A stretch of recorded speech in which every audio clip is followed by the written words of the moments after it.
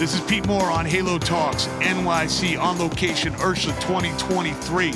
I have my friend Jarrod Saracco here, the health club doctor. We are going to talk about identifying issues with your business, fixing them, optimizing your unit economics, and growing and getting a little more sleep in the process of enjoying your entrepreneurial endeavors. So good to see you and meet in person finally. Well, great to be here. Thanks for having me. It's a privilege. Appreciate Awesome. it. So, you've been in the industry pretty much, as long as I have, back in the World Gym days. I think was probably, I was originally back in the World Gym days when I was with Gold's Gym. But what talk about how you got into the consulting side, why you felt like it was, maybe a good way to kind of upstream and be like, hey, I can help a lot of people. Yeah.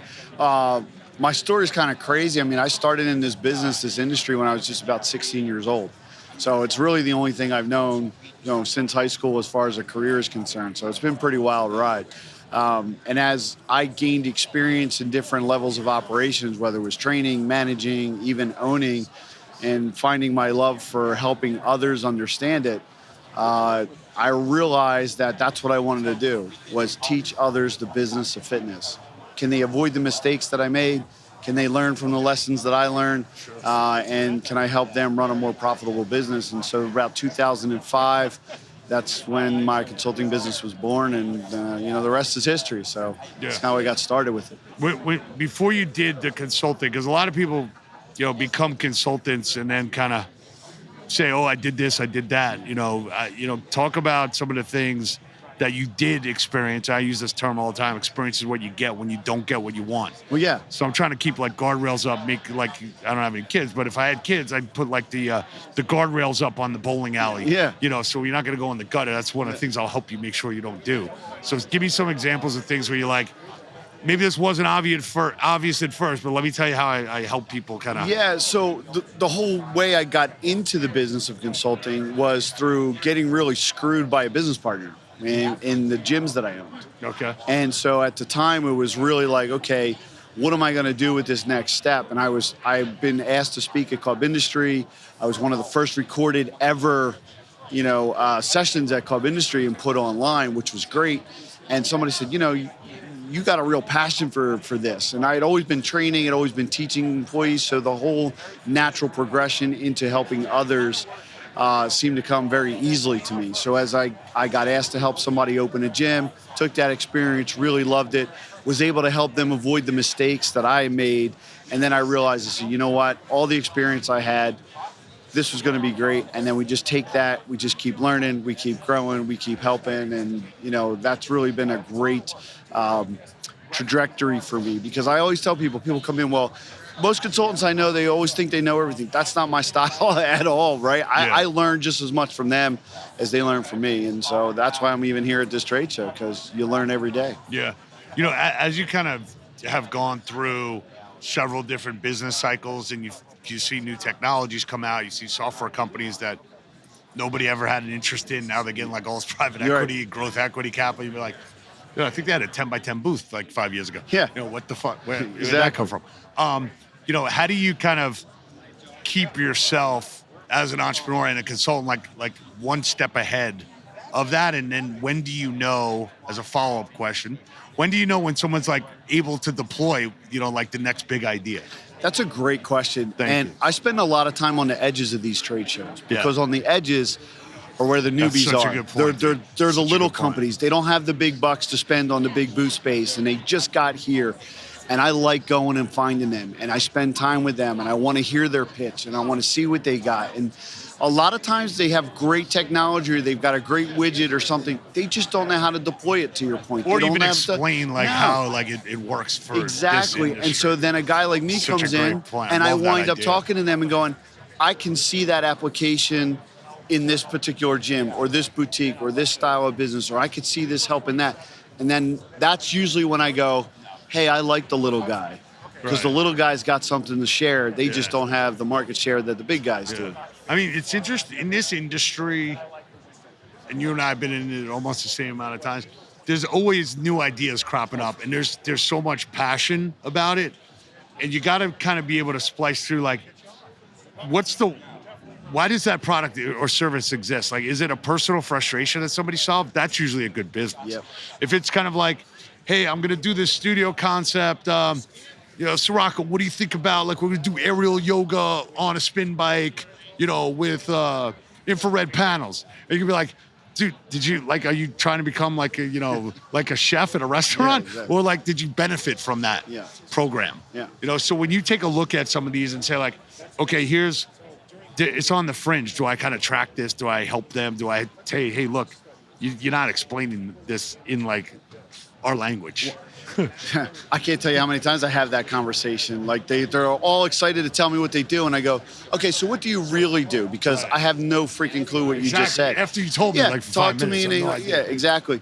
And it's interesting. Sometimes these guys, they don't even know whether they're an end consumer product or service, or they're actually trying to serve us as the business owners in the gym business or the club business.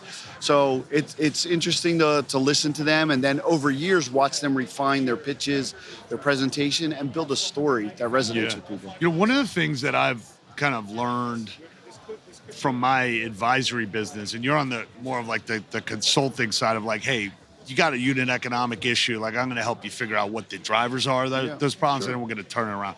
I kind of look at it, either somebody comes to me before they should have come to you, and I say like, look, these unit economics, they don't work. Like, you can't. You're like, oh, I got 6 studios. I want to go to 600. I'm like, which one's the prototype? Oh, the 7th one that you're going to fund. I'm like, no, dude, like, you have to do your own experiment. And then you got to figure out what the special sauce is in your experiment that you've done. And then you come to me and say like, hey man, I figured this out. Yeah, proof of concept. I got this, this, I know what the special sauce is. Instead of me trying to pull it out of you, you got to tell me this is how the business model works. Yeah, and to your point, that strategy has worked for some people. They've been able to get that to happen, but proof of concept is huge. Yeah. So I asking think somebody to invest before you put the like the money somebody and wants to skin in invest. the Like, it's stuff. called friends and family around, because those are the people that are willing to like Exactly. test you out and like give you a chance. But it's not like, hey, I want to go talk to these venture capital firms. Like, no. Yeah, Like, and I that's just not had a good use of conversation your with a time. guy today. My Why number one rule. Why didn't you invite me into that conversation? Well, you were busy talking to All right, somebody fine, my else. bad. So, I'll take responsibility all right. for myself. But the thing was, my number one rule when somebody comes to me and says that they want to build a facility or whatever, question is why? Yeah. And if I hear, well, me and my buddies, we were tired of hearing like we don't like the gyms in our area, we want to build a gym. Number one rule is you don't build a gym for you. You don't build a concept for you. You don't build you don't solve your own problem. You look at the problem in the marketplace. What does the demographic need? What is the demographic? Can it support it? Can they pay for it? What works? I don't care what you like. Right. I want to know what makes you got you money. 100 people that like the same thing you like. That Yeah, could be but one is way to 100 do it. people going to pay the bill? Is it 1,000? Is it 2,000 or 4,000 people? To this guy's point, based on what he wanted to do, can I get 4,000 people in this business to pay him what he needs? Because that's what he's going to need. Right. And he's in a small town. So what if you were to force rank? Here's the biggest issues with health club operators today, post-COVID. What would you rank? What is it? Attrition, because you're not doing the work to actually understand and have a relationship with people? Is it you don't spend enough money on marketing? Is it something else? So what do you kind of hone in on? Be like, dude, this is like the core of the essence of the problem is. Well, one of the biggest problems in the industry, and I think in the world right now, is finding employees and qualified employees. It's disappeared. Our generation that's here now is figuring out how to make money off of the phone, the internet, social media. They don't want a real job. They don't want to come to work. Yeah. That's a big problem. The industry also lost a lot of fitness professionals and trainers and coaches who now were forced to go on their own to survive and make money. And they're trying to find ways to make money in parks and trucks and social media and whatnot. So the labor force is a big challenge to a lot of we facilities. invested in a company. Well, we're part of this company called Game Plan. And we're trying to staff D1, D2, D3 athletes, female, male, into the Halo sector. Like that. That's fantastic.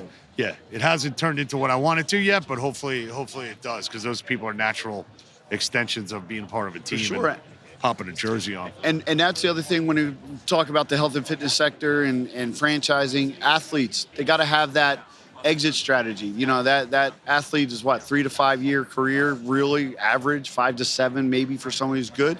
What are they going to do afterwards? Yeah, Are they going to open up Popeye's Chicken? No, let's get them into fitness. Let's get them into 100% training. agree. I feel like there should be more pressure to get those people in there instead of buying like a Popeyes Exactly, chain. 100%. Like get into the industry and then use your NIL.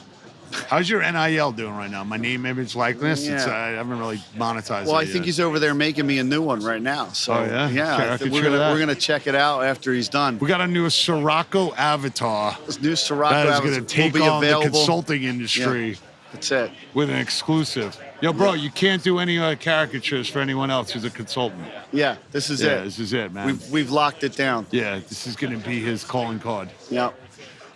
You know, so one is you got a labor force issue. Yep. You know, the second thing is that I'm seeing is, and I said this at this event the other day, and I've said this on another podcast. So for people listening, thank you for listening.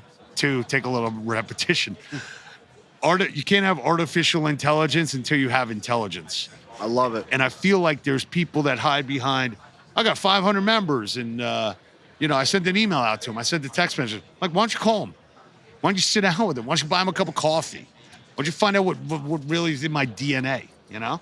Nothing will ever replace the original instant message, text message, which is the human connection. It will never replace it. I agree. You I can hope send not. it. It's You know, fucking crazy, well, listen. but Even when these things write it, they do a good job, but they're never going to have the emotion, the feeling, the deeper understanding. You want to use ChatGPT, you want to use AI to write messaging, that's fine, but you better edit it and put some personality and love into it and still pick up that phone. I don't care if nobody picks up the phone anymore. Leave that voicemail, feel that energy, have that personal touch, make the effort. The effort sometimes is worth a heck of a lot more than the outcome.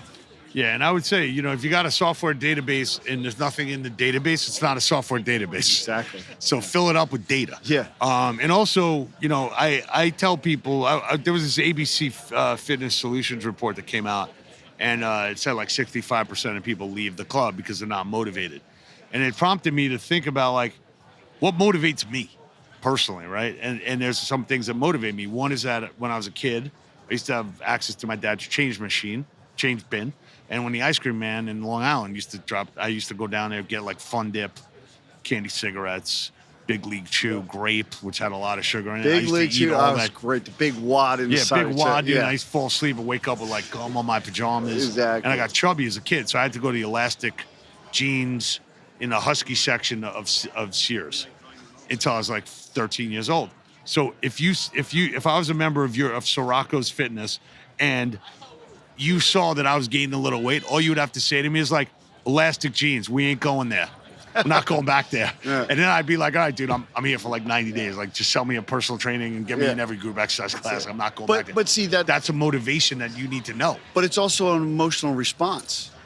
And the only way I'm going to find that out is if I'm asking you questions. Exactly. And there's no chat Exactly. bot that's going to do that the right way and really dig deep and understand that. Yeah. So, you know, from a standpoint of like incentivizing, and we work with this company, Promotional, incentivize someone to tell you their information. Sure. Whether it's monetary, whether that's buy them dinner, you know, coffee. I feel like people have front desk workers that check people in for a class, and then they play on their phones. Get those people to go on my LinkedIn, go on my Facebook, go on my YouTube, find out shit about me, and put it in a database. Don't stalk me, but say like, hey, it looks like, you know, hey, I know when his birthday is. Hey, it looks like he likes to go to sporting events. Oh, the guy said on his LinkedIn that he loves to catch footballs. Oh, we just hired this guy who used to play at Rutgers, who was All-American. So you introduce them. Yeah, 100%. You mentioned Long Island. One of my clients is in Holbrook, online on I know where it is. right. Built a beautiful 45,000 square foot gym there in Holbrook, and that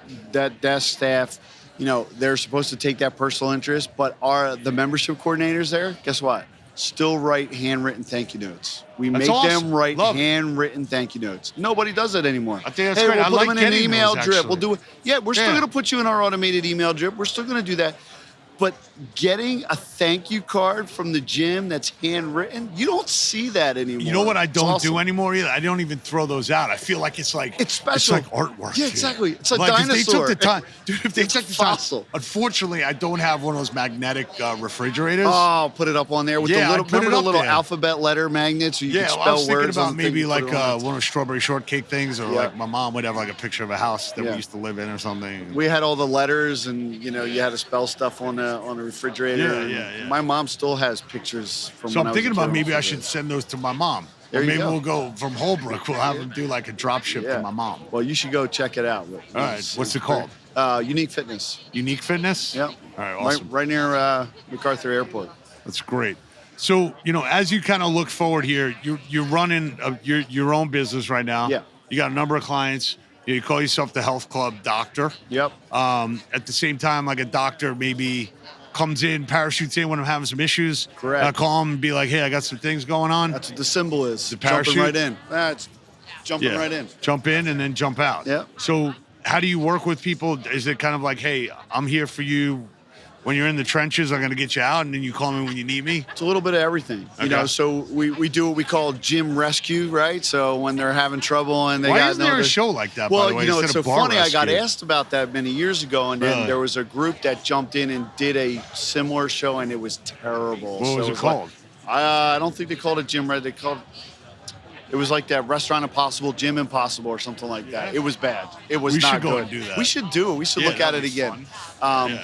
But And I'll have my mom write handwritten notes. In the there we back. go. Thank you very much. That's Everyone it. that watches the show. And we'll do it from Phil. How you doing? How you doing? How you Yo, doing? you Lou or Mickey? Yeah, but so we do the gym rescue stuff. We also do the full service concept to completion. I've literally had people sit down with me and say, "Hey, I've always had this vision." They write stuff on a napkin at a bar, and go, "Can you do this?"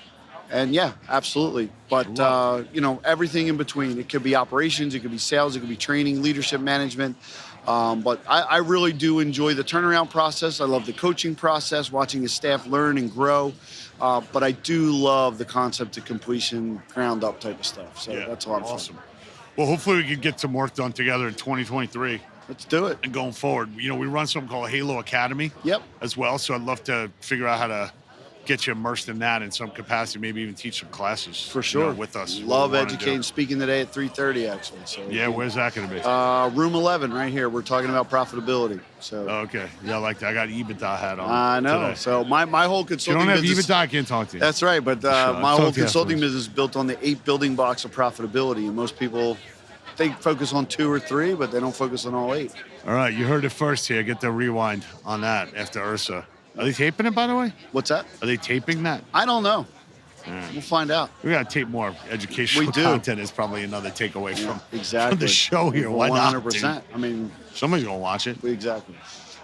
So in closing here, you got any good quotes that you live by, business quotes, personal quotes? Quite a few, but I think one that really sticks with me in all things, when you're through changing, you're through. You got to be able to adapt to change. Change is going to happen whether you make it happen or somebody else makes it happen. And your ability to adapt, move forward, and grow and learn from those situations is really important. And so if you're afraid of change, you're probably going to have a difficult time navigating life and business. So when you're through changing, you're through. I like that. There was a guy that we interviewed down in Atlanta during a little bit after COVID, and he's like, had this one phrase, have you come this far to come this far? Right, And I'm just exactly. like, if you're not going to change, like, come on, like, let's just let's power through this. Love it. Awesome, man. All right, well, feel free to use the Halo term as much as you want. Awesome. Unlimited, royalty free, and let's do a Halo Academy together That next. sounds great, man. Hey, Awesome, thanks bro. for the opportunity, man. Likewise. Really appreciate Good it. talking Thank to you. you. Keep You got doing it. great things.